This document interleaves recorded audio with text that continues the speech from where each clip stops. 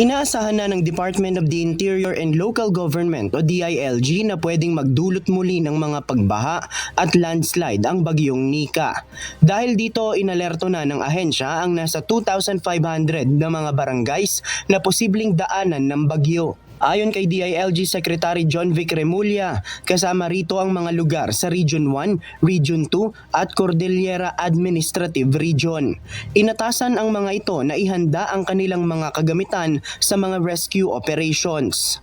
We are prepared on the ground as far as national agencies and first responders are concerned, but it's a matter of cooperation ng mga population natin na pag sabing evacuation, seryosohin natin ito dahil ayaw natin mangyari yung nangyari sa Batangas.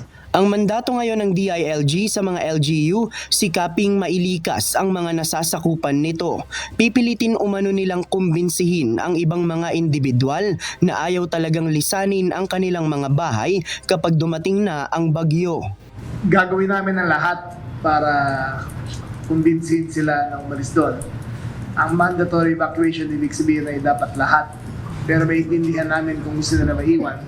Pero nasa kanila na yon. Pero hanggang kaya talaga, sasama na namin sila. Ayon sa DILG, mataas din ang tsansa na magkaroon ng mga landslide sa Northern Luzon dahil masyado nang lumambot ang lupa dito, bunsod ng sunod-sunod na bagyo.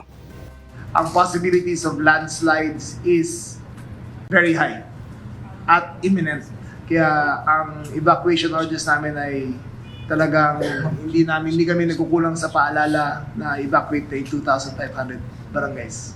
Kahapon, November 10, pinangunahan ng DILG ang interagency meeting kasama ang Pag-asa, DSWD at iba pang mga ahensya ng gobyerno para tiyaking nakahanda ang pamahalaan sa bagyong Nika.